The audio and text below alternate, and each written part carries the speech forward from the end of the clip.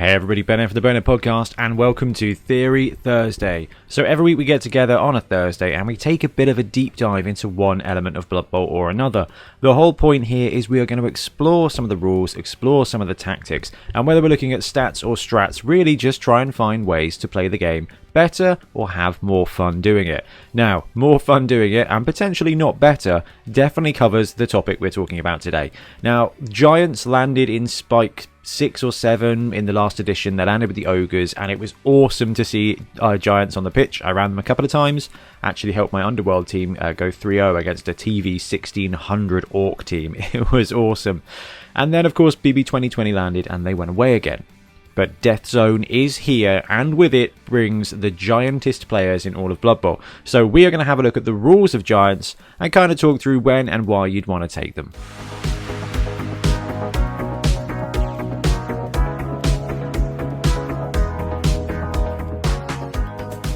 Okay, so let's have a look at the stats and the cost of the Giants. So these guys are hired as a mercenary, not as a star player. So one of the things that hurt them in the last edition, along with their 400k price cost, is the fact that they actually took up one of your 2 star player slots. And when you are down 600-700k in a match, you kind of want to maximize those stars.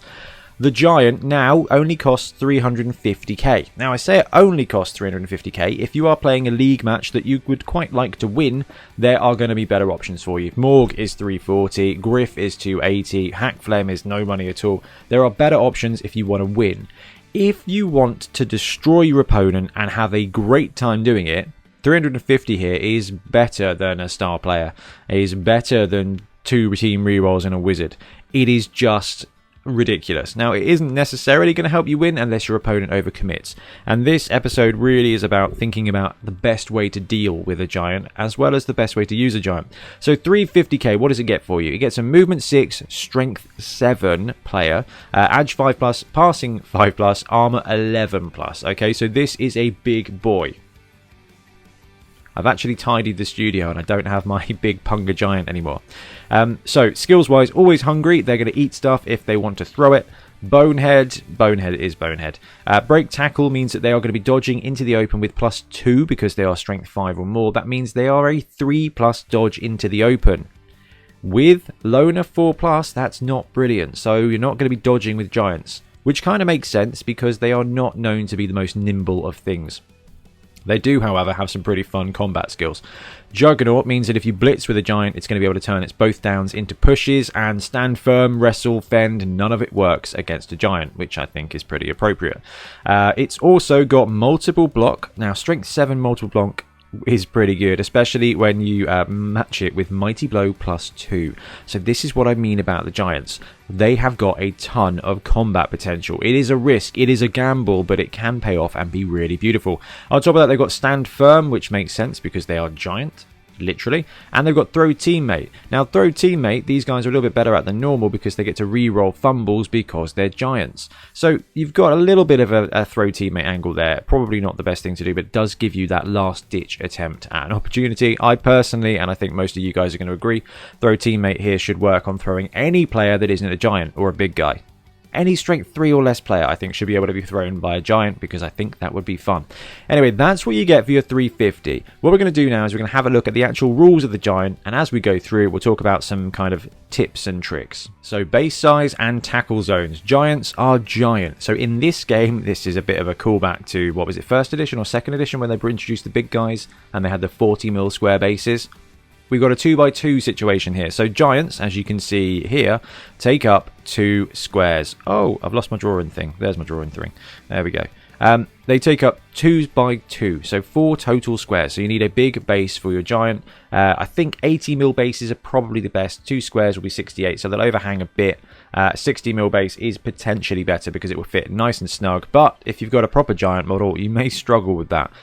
So the Punga dude I printed out, I put him on a 60mm base and his feet overhang. It's up to you. You get 60, 70, 80mm bases. It doesn't really matter. 68 is the square space, but if you think about it, a 40mm works, and that's 3mm over either side. So you're going to be fine because obviously the way circles work, it's only going to be poking out a couple of little bits. And those are going to be in between squares, which is going to work really, really well. So these guys have got that massive base. Additionally, the direction which the giant is facing is important. So normally when you play Blood Bowl, you move your dude and you turn him to face you or the sideline to show that he's activated. The good thing is you're only likely to have one giant on the pitch at the time. I think that's a travesty. However, it's probably for the best. So you're going to know when you've activated your giant, the giant is activated, and the end where he finishes facing is going to be where he can actually do the things. So if we have a look here, you've got the image and the giant is facing forward. The back 4 tackle zones do not exist. So you can run around behind a giant, no problem at all.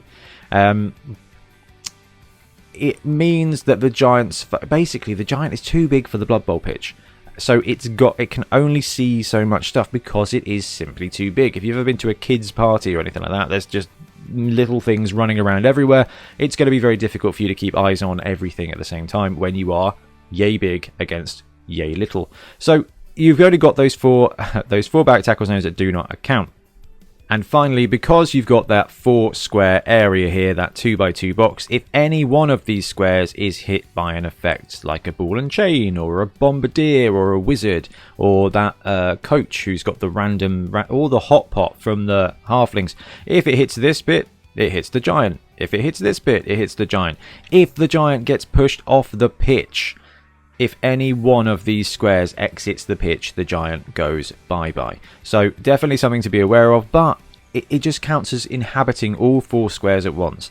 And that's not a massively difficult concept. This forward-facing tackle zone is probably the trickiest. Now, you will have to dodge out of other players' tackle zones. So if there is a player here, they can dodge away from you, but they are going to try and trip you up because you are in their tackle zone. So just be aware of that it works against the giant, not for the giant. It would be pretty sweet if you could just run away from people, but if you tag a giant from behind, the giant cannot move, but you guys can. So a bit of a boon there when you're trying to tag a strength 7 multi-block player.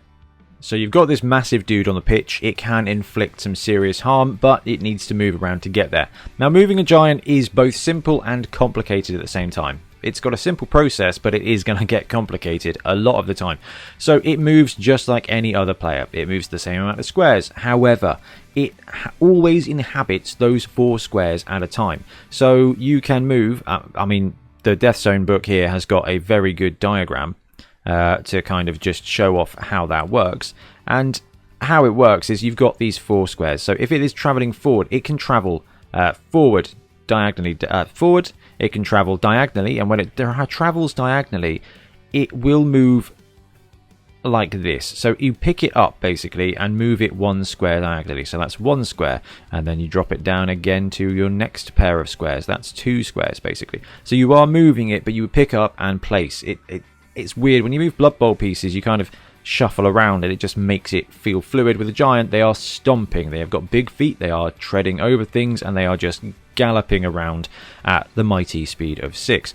So they can move forward, they can move left, they can move back, they can move diagonally. There's no limitations on that. However, if any of the 4 squares a giant occupies is within the tackle zone of an opposition player, like we saw a minute ago, the giant is considered to be marked by that player and must dodge to leave that square, just like everything else. And if they dodge into tackle zones, they are still -1. So sadly, your giant should be able to barge into multiple tackle zones, but it cannot. Moving into 1 tackle zone with a giant with break tackle is going to be a 4+. With loner 4+. So even if you've got a reroll, it is not looking very good. What's that? That's 50-50 with a cheeky 50 on top. 62.5% chance of success for 1 tackle zone. Okay, if it ignored tackle zones, that would be pretty sweet. And you could just take that cheeky 4+ gamble into the middle of a cage, which would make sense because you're a giant. But no, in fact, it's going to be just as difficult as dodging in there with a halfling. In fact, it's going to be harder than dodging in there with a halfling, which I guess kind of makes sense. Anyway, so these guys can move. There is a boon, though, stepping over prone or stunned players. Basically, they're tall enough to do it, so if you are going to be stepping over a prone player or whatever, you don't have to test. You just pick up and move if you've got the spaces. So let's wipe this out. So let's say that we've got a prone player. Goodness me, Ben. Stop moving the graphics, you fool of a toque. We've got the prone player here. Your giant is here. You can move over it, but as long as you've got 1-2 squares of movement, and basically you end up there. But moreover to that, you have to make sure that there's no player here as well, or here. because you are going to technically land there once, but you take your second move immediately and end up there at square 2. So you just got to make sure that there's no players within these target squares. If there is players within those target squares, you cannot move into them. It's the same as standard Blood Bowl with that, but if there is a prone guy here, a prone guy here, you can just hop, skip and jump straight to square 2 if you've got 2 movement. It makes sense. When it comes to it, you're going to have to do a bit of thinking. It is slightly more convoluted than the original edition because you've got that jumping players element, but not going to be a problem. Prone stun guys, the giant just walks over, which is pretty useful. Surrounded. I like this bit. Coaches should note that due to the large size of giants, they may find it impossible to move through small gaps. If at any point during its movement a giant finds one or more of the 4 squares its base occupies obstructed by a standing player, it cannot move into that square. Now that is exactly what we've just talked about. So let's take this as an example. No, don't move the graphic. Well done, Ben. Good job. Okay, you got that. If you were going to go this way and that was taken up, that's a no-go. If you're going to move this way and that's taken up, that's a no-go too. So you can't move into other players. That makes a lot of sense. What you can do, though, is block them with Strength 7 Mighty Blow +2.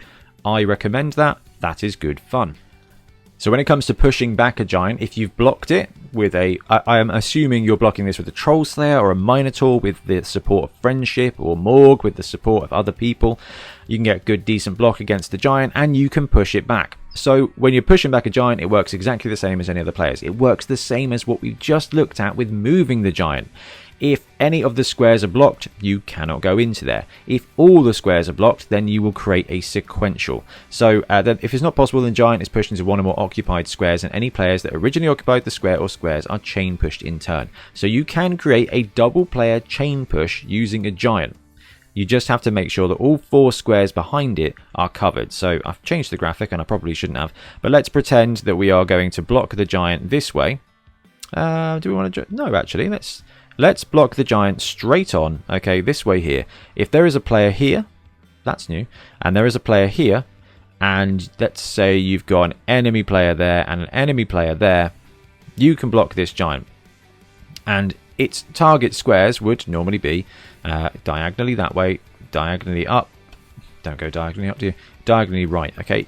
But all of these squares are blocked. That means you can then go to these squares here, and create a chain push, these squares here and create a chain push, or if you've got 2 enemies behind the giant and you've sealed it in with friendlies, you can chain push both of these boys and girls here, which is going to be pretty massive. And if you can get a decent frenzy block against a giant and those squares are occupied, so if we look at it again, if there's a player here and a player here, there is nowhere for that giant to go. It would have to go here, and it would have to go here, or it would have to go here, right? So there's nowhere for it to go without at least one player in the way.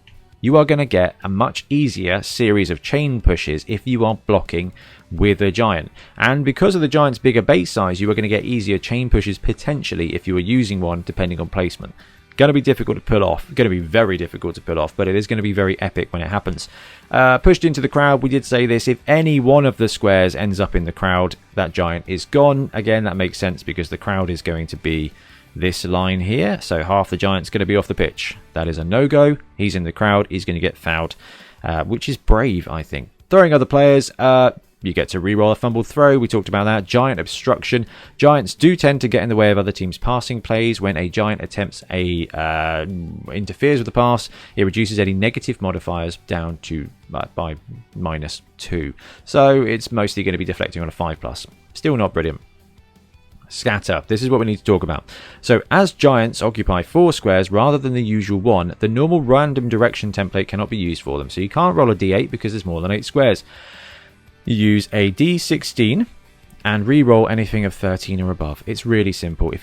It's really simple. Okay, you want to roll a d16. There's not 16 squares, there's only 12. So you roll 1 through 12, and if it's bigger, you just re-roll it. It's going to be a nuisance 1/4 of the time, but it's going to be fine, because how often is the ball going to be on the giant?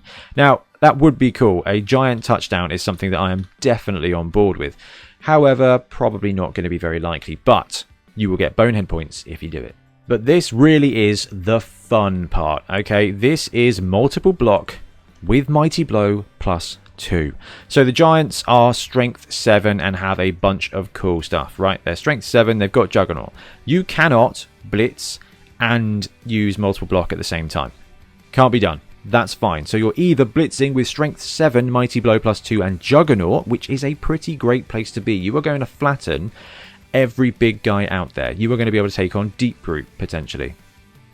Maybe. I probably wouldn't recommend it. But when it comes to this giant player here, multiple block and Mighty Blow +2 gives you addition. This is what you're paying for, okay? You can take Morg at 340. He is brilliant. There's no trait. He's got Loner, but he's got block already. He's got Mighty Blow +2. Morg is a better idea. But when it comes to the giant, you get a really cool model. You get that pitch denial as well. Now imagine a giant on a Snotling team or an Underworld team. Thank you. Where you've got those additional swarm players. You've got a giant taking up 4 squares and you've got 14 players. Okay, that is a ton of pitch space. You can wall to wall basically with a giant and some swarming players. Could be quite entertaining. But the key here is that multiple block reduces your strength by 2. So it drops you down to strength 5 to make 2 blocks. The players you are blocking, the blocks happen at the same time. They cannot support each other as well. So you're not going to lose any strength on that. It is going to take a couple of supports for you to get 2 strength 7 blocks. But if you're playing against anything stunty, you are going to decimate the team, which is great fun. But realistically, what you're doing here is you're putting this guy on the line of scrimmage. You are waiting for him to get 2 players, and if you are blocking around him, you want to push players at the giant. Okay, you want that giant to be in as many tackle zones as possible. When I've used giants before, that has gone really well, because even if you get a few Black Orcs up against him, they are going to struggle to get good blocks, and they're going to really struggle to dodge away, which means you're going to end up with your giant basing 2 or 3 players.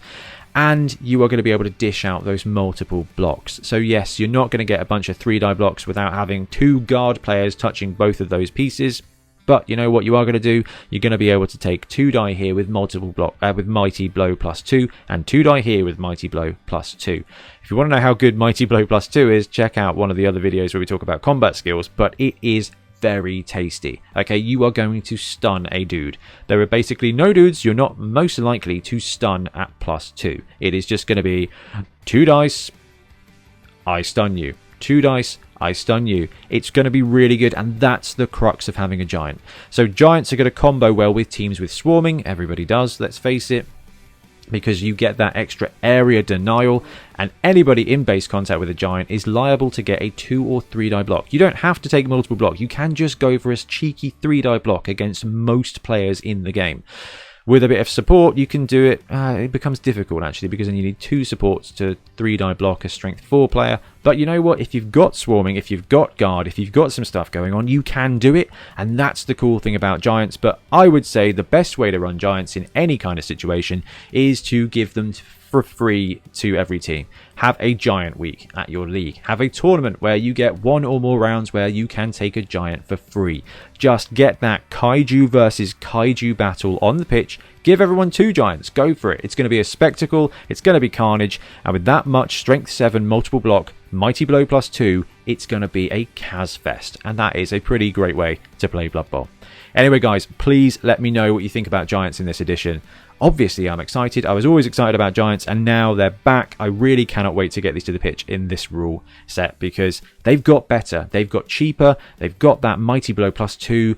They are going to cause casualties. They are not mobile. Do not run around with them, but do run your opponent's players into the ground with them. Anyway, I'm going to disappear. Thank you very much for watching. We'll be back soon with more Blood Bowl content. Happy stomping. Thanks very much for watching. We really appreciate your support. If you want to support the show even further, please like and subscribe. It really helps us out. Or come and join us in our Patreon, link below, where you get early access to our content and monthly competitions. See you later.